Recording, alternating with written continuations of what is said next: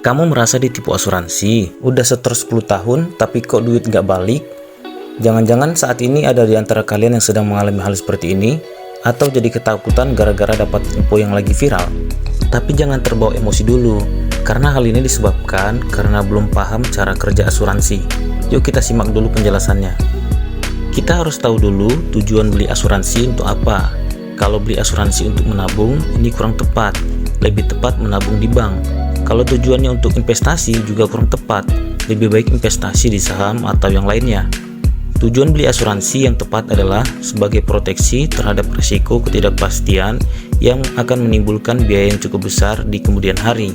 Kalau asuransi untuk tujuan proteksi, misalnya nih, kita punya mobil seharga 500 juta dan diasuransikan dengan premi sekitar 2,5% per tahun, sama dengan sejumlah 12,5 juta per tahun. Maka setelah 10 tahun, total dana yang dibayarkan untuk biaya asuransi mobil tersebut adalah 125 juta, meskipun tidak pernah terjadi klaim. Apakah setelah 10 tahun kita mengharapkan uang 125 juta itu kembali 100%? Tentu tidak kan? Karena semua dana itu termasuk dalam biaya yang sudah kita alokasikan untuk pemeliharaan mobil tersebut. Ada klaim atau tidak ada klaim, uang yang sudah dikeluarkan itu gunanya adalah untuk membayar biaya proteksi. Dan ini pun berlaku juga pada asuransi kebakaran, asuransi kehilangan, BPJS, asuransi perjalanan, dan lain sebagainya.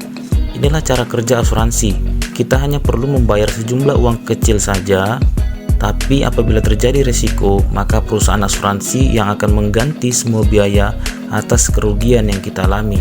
Jadi asuransi itu bukan tabungan atau investasi.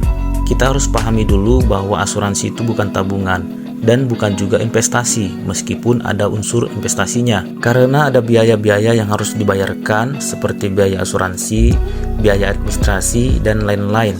Dan biaya asuransi ini adalah biaya utama yang kita bayarkan untuk mendapatkan manfaat perlindungannya. Biaya asuransi ini naik terus setiap tahun mengikuti usia. Itulah mengapa sebaiknya ikut asuransi sedini mungkin, karena semakin tua semakin mahal biaya asuransinya. Yuk klik link di bio untuk dapatkan informasi lebih lanjut dan konsultasi tentang asuransi yang cocok buat kamu.